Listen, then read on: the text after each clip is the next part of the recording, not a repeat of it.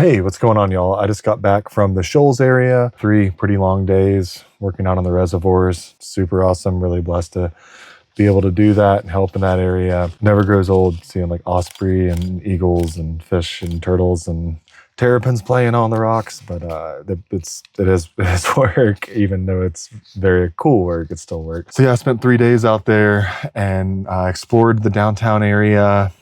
Took a bunch of pictures, brought like a little mobile music fun rig, a little synth, drum machine, guitar with a little Line 6 pedal, Tascam Model 12 for recording and an interface. It's really, really cool. I have that set up in the afternoon. But yeah, spent some time exploring around there. I took my camera, took some pictures. Downtown Florence, again, just cannot recommend enough.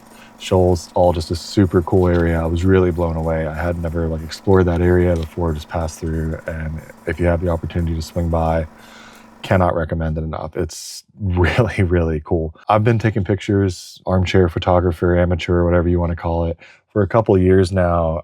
It's really fun. And, I have like a digital frame downstairs and I share some stuff with my friends. Bringing something out of the digital ether into like physical reality has always been something that's challenging. And like, it's cool to do. I just didn't really have like a good format to do it. And a little while ago, I stumbled across zines, these guys, which I think are really freaking neat. There is a website called dirtylittlezine.com. I'll link it below, where it has a format where you can just kind of drag and drop what you want, whether for the front page, for the back.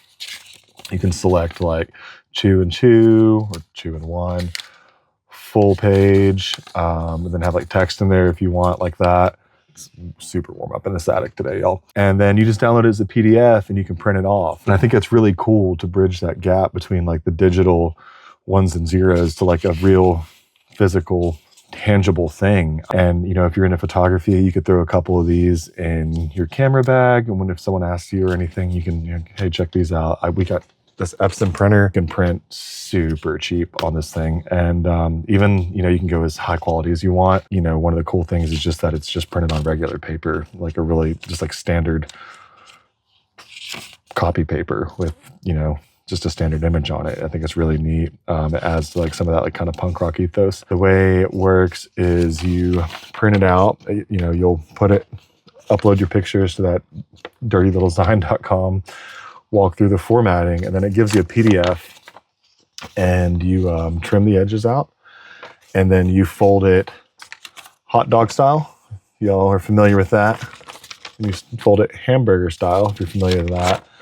And then you can fold it back to hot dog style, and then you fold them in like this, and then go back to hamburger. And obviously you could do this in another way. And then you just cut one panel in, and then go back to hot dog, push them out like that. So you get your little cross, fold them over, and boom, man, you've got your little zine. And you can put your little like handle at the back or contact info. Here's one from the Shoals. It's pretty cool.